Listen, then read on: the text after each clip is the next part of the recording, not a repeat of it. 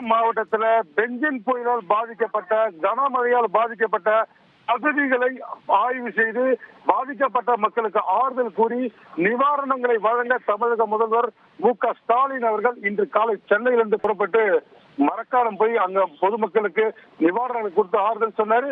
அதே போல் விக்கிரவாண்டி, அடுத்ததாக விழுப்புரம் பகுதியில் அமைக்கப்பட்டுள்ள பாதுகாப்பு மையத்துல நேரடியாக சென்று மக்களுக்கு நிவாரண உதவிகளை வழங்கி அங்கிருந்து தற்போது விழுப்புரம் பக்கத்தில் இருக்கக்கூடிய காணை பகுதியில் இருக்கக்கூடிய பெரும்பாக்கம் கிராமம், இந்த கிராமத்துல விவசாயிகள் நேரடியாக கூடியிருந்தாங்க.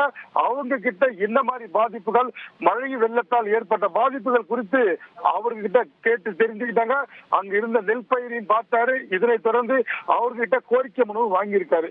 அவர்களுக்கு ஆறுதல் கூடிய தமிழக முதல்வர் கண்டிப்பாக தங்களுக்கு நிவாரணம் வழங்க நடவடிக்கப்படும் என்பதையும் உறுதியளித்தாரு.